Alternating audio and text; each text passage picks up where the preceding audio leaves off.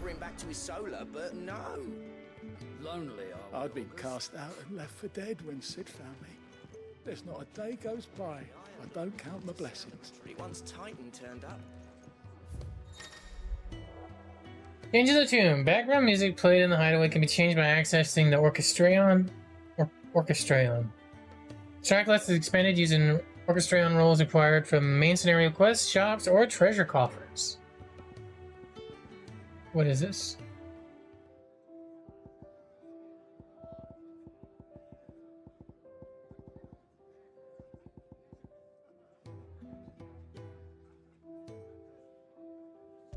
I kind of like this. It's a little easier. It's not as extreme on the old ears.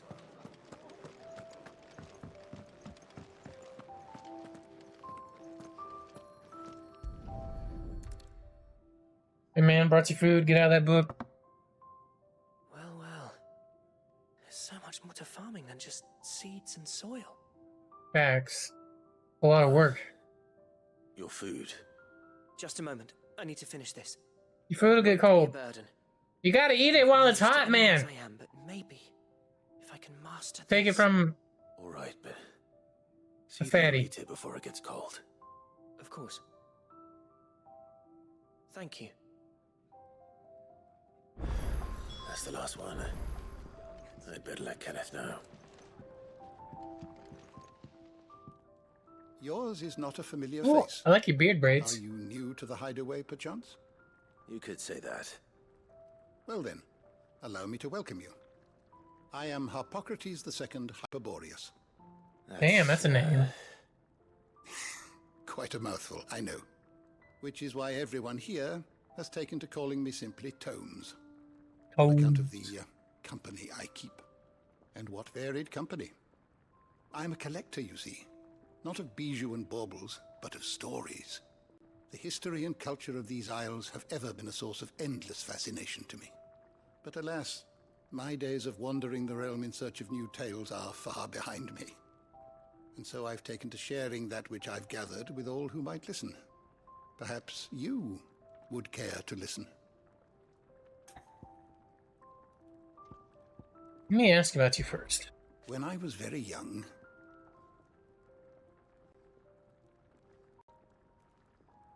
When I was very young and lived beyond these shores, my father would read to me every night from the only book we had, A History of Valistia by Moss the Chronicler. So enchanted was I by this realm of myth and magic, that when I was of age I enlisted as a deckhand on a merchant galley, that I might see it with my own eyes. when I arrived, What I found was a land of war and suffering, darkened by the blight and evil in men's hearts. Still, I was determined to follow in the footsteps of Moss and record what I could, and so I did. In all manner of places and all manner of roles, until my aging legs could carry me no longer. Sid found me by the roadside, so to speak, and offered me a place here, where I might continue my studies a bit without the wandering. Cool. Give me 1 second, guys.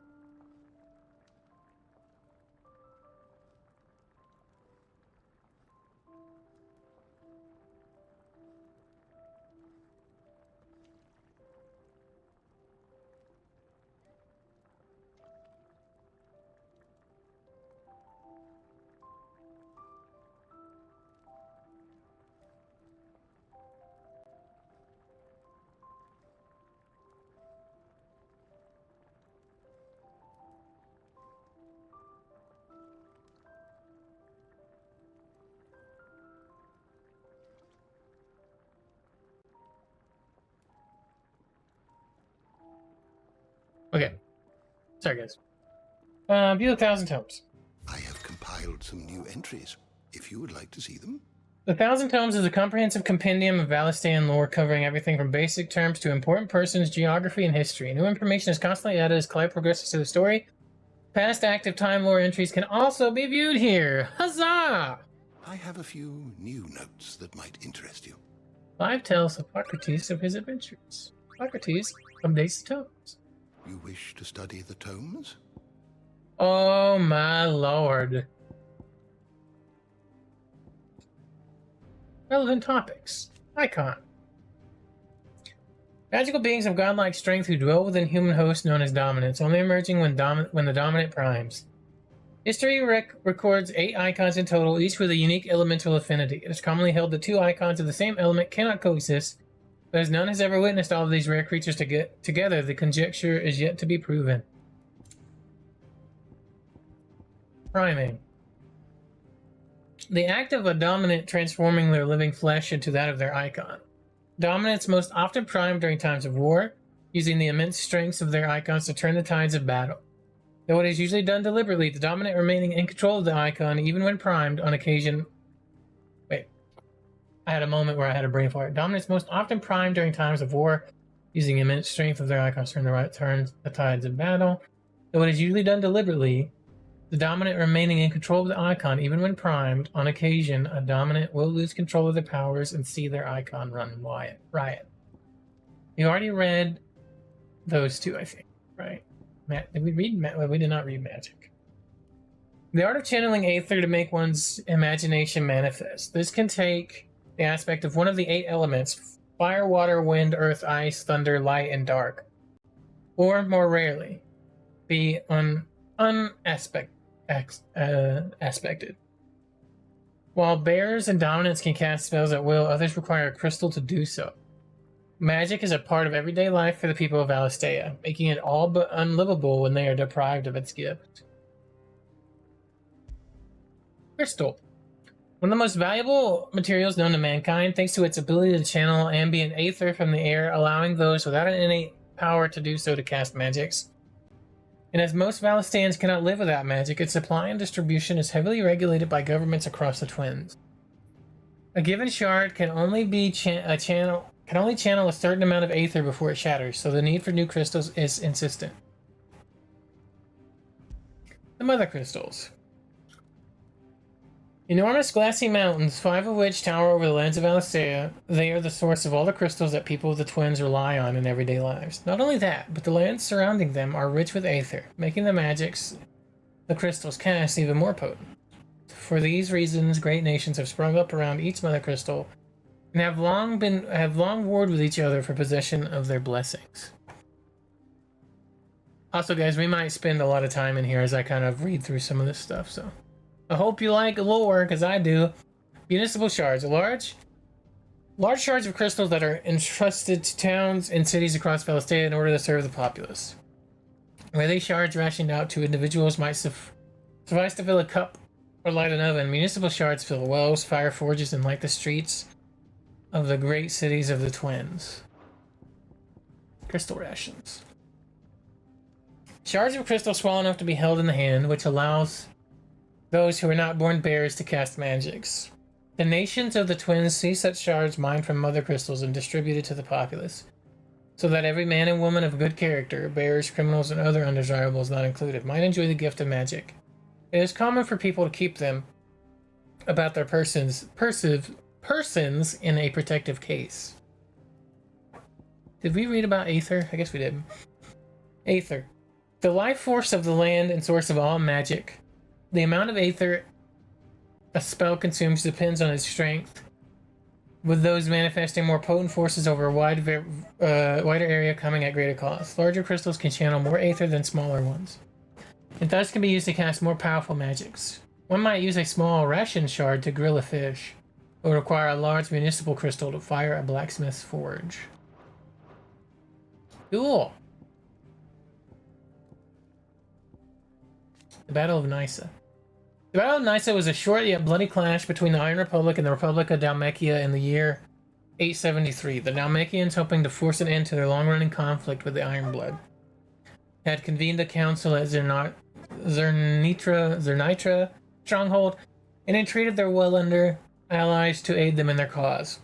However, talk soon broke down, and the Dalmatians were left with no choice but to rely once more on the power of the mighty Titan, to whom they already owed a considerable debt.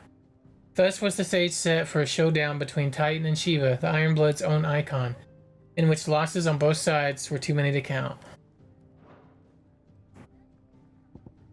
Persons of interest.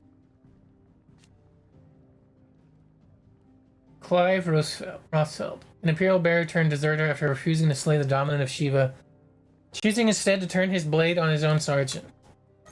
As a force of crusaders closed around him, his freedom seemed as if it would be short-lived until the timely intervention of Cid, a man who shared Clive's desire to see the dominant freed from their clutches.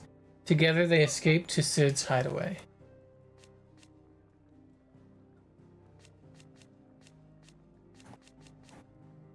I think we read these other ones.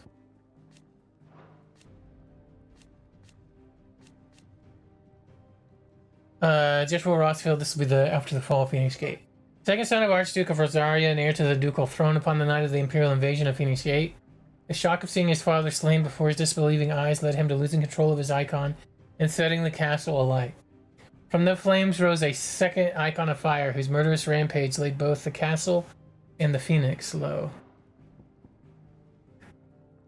Oh, nice. There's always a Cid. Yeah, I know there's always a Cid, Felix.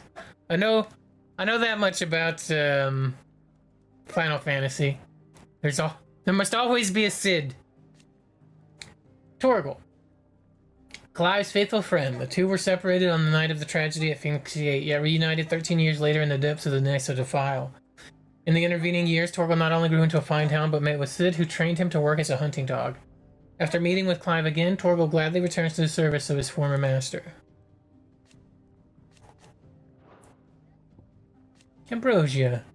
Clive's personal steed. During the attack on Phoenix Gate, she raced to Clive's rescue, saving him from certain death at the cost of an eye, a price she gladly paid. Hugo Kupka. Kupka's awakening as the dominant of the Icon Titan thrust him to the forefront of Dalmakian politics, winning him influence over both the Republic's armies and its police policy-making, as well as personal fortune. He has little love for his country, taking advantage of his position to benefit himself and himself alone. His love for Benedicta Harman, however, is absolute, and he would gladly betray his every ally just to be with her. Royal Knight Lord Commander. Lord Commander of the Kingdom of Waloed's army, he accompanies his leads to Vorzanetra and the Republic of Dalmatia to negotiate the provision of reinforcements from the Royal Order of Knights. The King of Waloed. The aloof and unshakable Barnabas Thamor, first son of his name. Few can meet his steely gaze without flinching. Otto.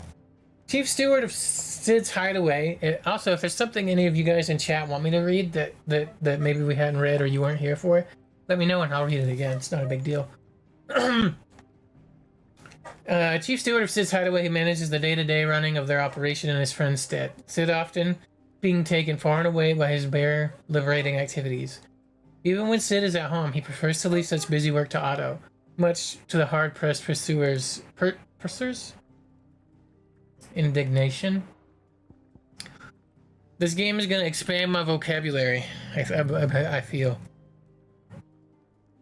Tara. Resident Psychier of... or Psychier? Psychier is from fucking Warhammer 40k, what I'm saying. Physiker of Cid's Hideaway. Tara is an expert in all manner of medicines and medical interventions, skills that are indispensable in their Deadland home, where they cannot call on healing magics. After Cid brings an unconscious Jill back to the Hideaway from his expedition to the Nysa Defile, she's placed in Tarja's care. Blackthorn, resident of Cid's Hideaway, a sullen and secretive sort who prefers to drown his woes in drink than to share them.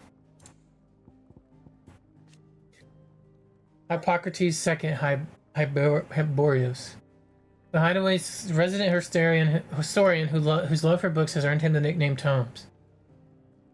Hippocrates has traveled to Valestia as a youth, seeking to unearth the secrets of the land of legend, and over the years has developed a deep knowledge of Palestinian geography, history, religion, and folklore. Oh shit. Okay, we have a lot to read. Commander, we're under attack. Hey, we're being raided by DT and Majin. Hi, it's okay, we're just reading lore. We're not doing anything spoilery right now. We're just reading, well, I mean, some of the lore is probably spoilery. Hi guys, thank you DT for the raid. We're playing Final Fantasy 16. I know some of you are going to be out for spoilers, but thank you guys for the raid. Playing Final Fantasy 16. We're just kind of getting started. I had some tech issues at the start, but we worked them out. We're just reading lore right now, which will be a little spoilery, so I'm going to give you guys a couple of minutes to, if you don't want to be spoiled, to hit the bricks. No offense to you guys. I know DT and Majin don't want to be spoiled on the game, so I appreciate you guys raiding. rating the channel. So if you're new, Josh902, I'm DT is one of my best friends in the world, so thank you for the raid. We're just playing 16, and we're gonna get back to that right now. So here's your chance to mute up and minimize me if you don't want to be spoiled on things, because I can tell you that we're fixing to spoil stuff right now. Right this moment, right when I click on this. So now's your chance to mute. Elwyn Rothschild, late Archduke of the Grand Duchy of Rosaria and father of Clive and Joshua. Elwyn's reign ended when he was beheaded by servants of the Holy Empire of Sambric. I have to get used to saying the name. In their ignoble attack on Phoenix Gate.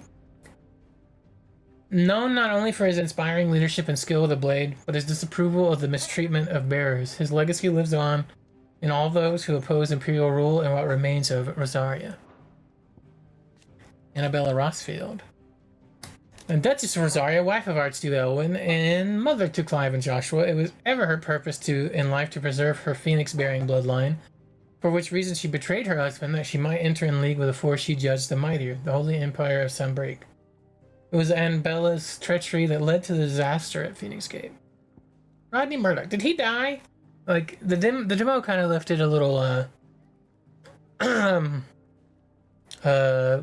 open-ended, but I guess we're fixing to find out. Lord Commander of the Rosarian army, outranked only by his firm friend Archduke Elwyn, Murdoch and his shields accompanied Elwyn and Joshua to Phoenix Gate to perform the rite of ancestral communion. Only to be set upon first by imperial infiltrators, and then a second shadowy icon of fire, within whose flame Murdoch was engulfed. He is dead. Okay. That makes sense. Sir Wade, a loyal shield of Rosaria chosen by Lord Commander Rodney Murdoch to accompany Clive on his expedition to Stillwind. Though he did all he could to return the favor that he owed Joshua for saving his life as a boy during the attack on Phoenix Gate, Wade was to meet the same fate as the prince, so he's dead too. A loyal shield of Rosaria who accompanied Clive on his expedition to Stillwind, though he did everything in his power to assist Joshua and Archduke Elwyn's flight from Phoenix Gate on the night of the attack. His years of distinguished service were to come to a close when he was swallowed by the flames of the rampage in Phoenix. Dead as well. Tiamat. A bearer in the service of the Holy Empire of Sambric, Tiamat, or the man who now bears his name, is the leader of the Bastard, a squadron of elite assassins. He was on a mission to take the head of Shiva's dominant and they to defile by a subordinate, whoever its real name, Clive Roosevelt, turned upon him and cut him down. Second longest serving in the Bastards, an elite band of slave assassins in service of the Holy Empire of Sambric, he and his sergeant Tiamat fought alongside each other for many years, and Bias trusted him with his life. Alas, there was little Tiamat could do to save him from the boulder that was to fall from the skies during the ill-fated mission to infiltrate the Dominican Republic and take the head of the Shiva's dominant. Avis? A branded soldier of the Holy Empire of Sambric who served alongside Wyvern. None know his true name. He and his band of elite assassins were tasked with taking the head of the dominant Shiva, but he was to lose his life to a crusader's axe in the course of the mission. Dalmatian Chief Strategist. Let me get a little drink here, guys. There's a lot of reading happening. I hope you guys are okay with all this lore droppage.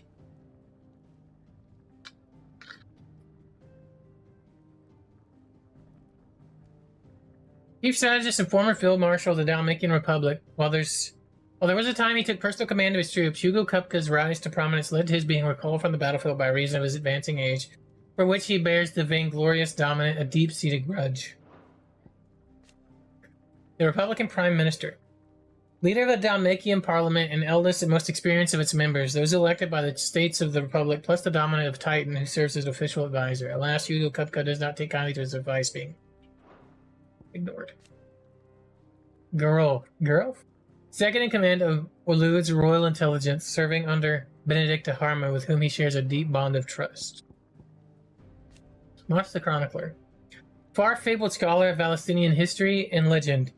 Even to this day, much of the surviving knowledge of the distant antiquity of the twins issues from his quill in his later years. His writing attracted fierce criticism of certain scholarly circles, which resulted in him removing himself from public life. Oh, I wonder if we'll meet him during the game. Or is he still alive? They kind of talk like he's still alive. The Dominant of Fire, a mysterious figure who was first seen amid the chaos of Imperial invasion of the Phoenix Gate, immediately before appearance of the second icon of fire. The very icon that slew the heir to the ducal throne. Light believes this man to be the Dominant who murdered his brother, and has sworn to take his revenge.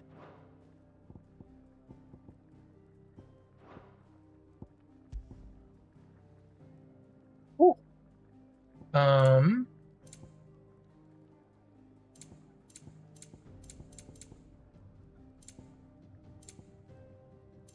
want to read about the Dragoons. We're not going to read all of these on stream. We'll probably break it. We'll probably break it up. That way, it's not like long sessions of lore. But I do want to read about the Dragoons.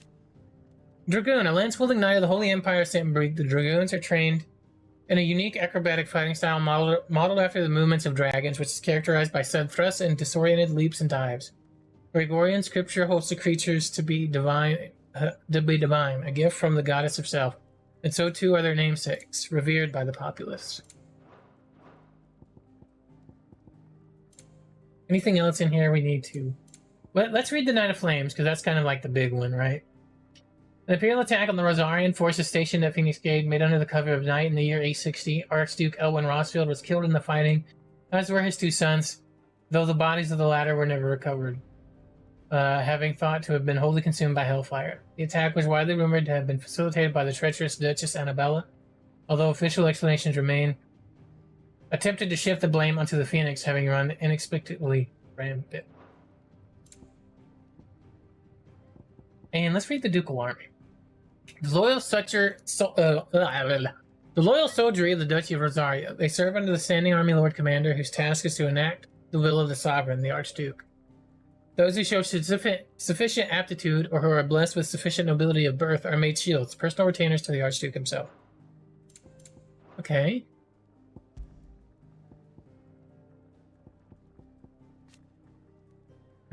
Talks about the boon.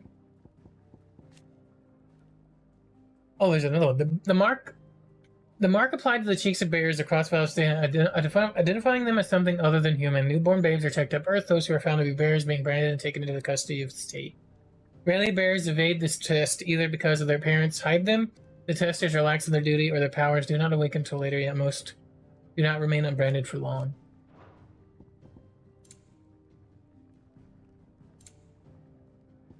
Bard. Traveling minstrels who journey from place to place performing in hostelries across Palestine, like every little liar. They provide not only entertainment but information on the state of realm, often singing of significant events and important personages. The hideaway has its own resident bard, through the illiterate amongst its residents might remain informed. Bards are an interesting, they're so good to have in storytelling, right? Because they're able to tell you what's going on in other places, but you can also use them as spies a lot in tabletops, because they go around, they travel a lot. It's not that weird for them to travel a lot. They don't raise suspicion, and they tell stories in the news, right? Bards are quite a valuable storytelling technique. Oh, let's read about the icons. I do want to read these. Second icon of fire, a fire aspected icon that first emerged in the year of the realm 860, when Imperial forces attacked the Rosarian stronghold of Phoenix Gate. Clad in infernal flame, the fiendish creature flung itself against the Phoenix, overpowering the icon with strength and ferocity never before seen. Never seen before or since. The Phoenix. The Warden of Fire, last seen on the night of the Imperial invasion of Phoenix Gate in the year 860. When the young Joshua Rosfield lost control of his powers, the Phoenix first awakened among the moats of fire, an ancient tribe who dwelled in the western reaches of Storm, and the careful preservation of bloodlines among the Rosarian nobility are ensured that its dominant would always be born in the ducal line. Shiva. The Warden device of whom Jill Warwick is the current dominant. With her glacial aspect and ability to conjure boreal boulders from the aether, Shiva's appearance on the battlefield also makes her enemy's blood run cold. Okay. I think that's enough reading for now, guys. We can read some more later.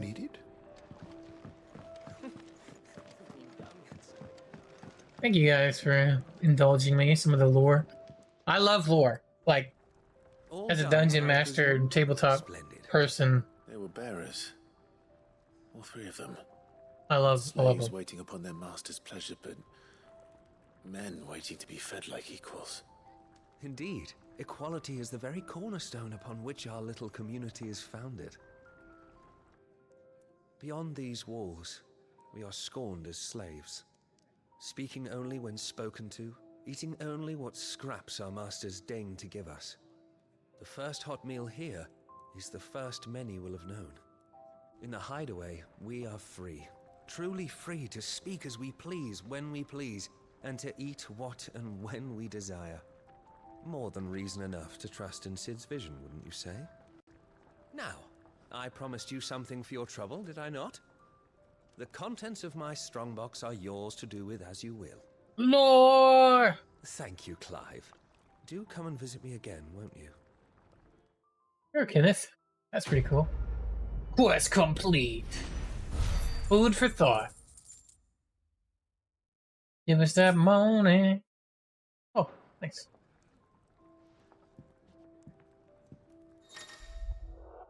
Treasure coffers. Countless treasure coffers lie across the realm, just waiting to be plundered. If you find one, don't hesitate to kick it open with X and reap the bounty. Go on, no one's looking.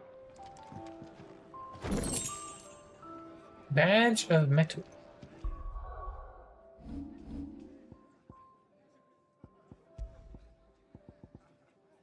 Badge of metal. Increases defense by 10. The strength of a city is defined by the guard that mans its walls. The strength of a city guard is defined by the pride in their hearts and the laurels on their breasts. This badge provides its wearer with one of the two.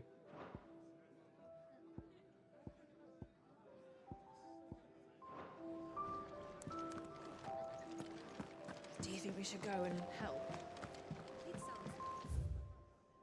Cool. Isn't there another? Yeah, here's another quest. I'm a side questing fiend, y'all.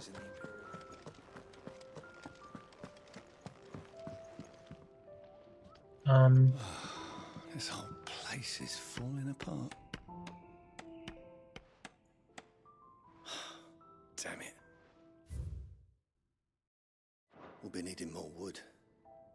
But if I step away to fetch any, this lot will be down around our ears. Ah, you there. Oh, it's Perfect Putin. timing. I couldn't persuade you to fetch me some timber, could I? Sure. I'd be happy to. Oh, thank you. You'll be helping me and the hideaway both. Takes a lot of work to keep this place standing. More than we can manage, if I'm honest. It certainly looks like you've got your hands full. Ah, you can say that again.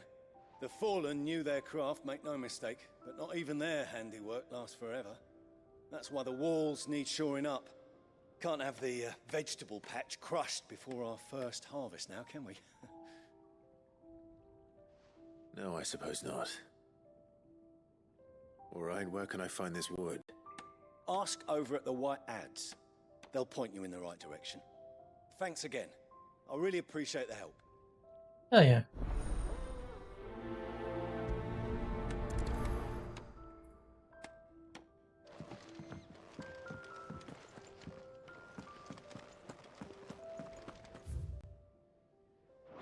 Oh, I thought this was another area. I didn't realize it's right over here.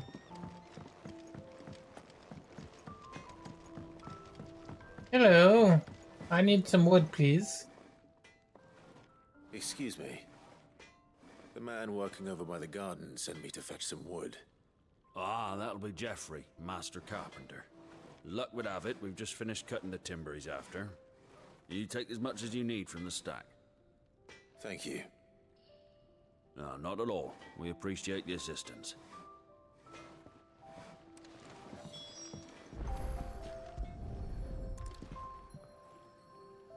Here we are. I'd better get this to... Geoffrey, was it? Joffrey. The whole deal.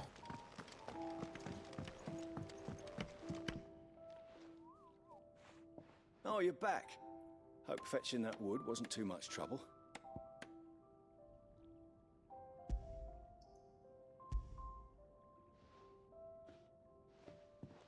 Will this be enough? This will do nicely, thank you. With a bit of luck, the walls won't be falling in on us just yet. That sounds ominous. Oh, it's not as bad as all that. And it's a damn sight better than the alternative. We're safe, we're warm, and we're hidden. What more could we ask for? Now stop fretting and take this. You've earned it. Welcome to the fold. There's no need to... That's not a matter of need, my friend. You're one of us now.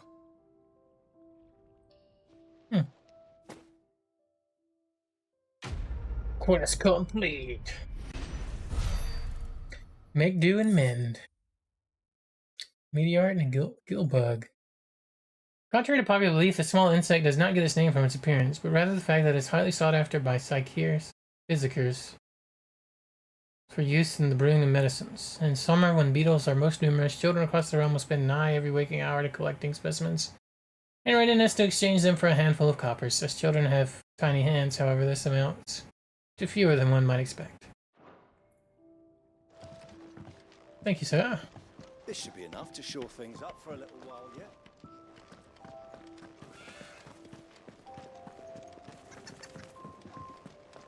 Alright.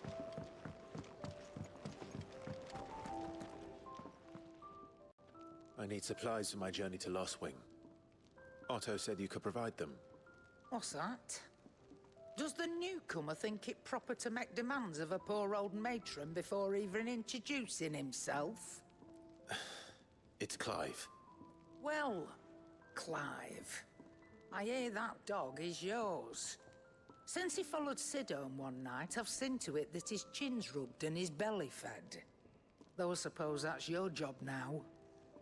Unless you lose him again. I won't. Not again. Thank you for watching him. So, were you gonna buy something?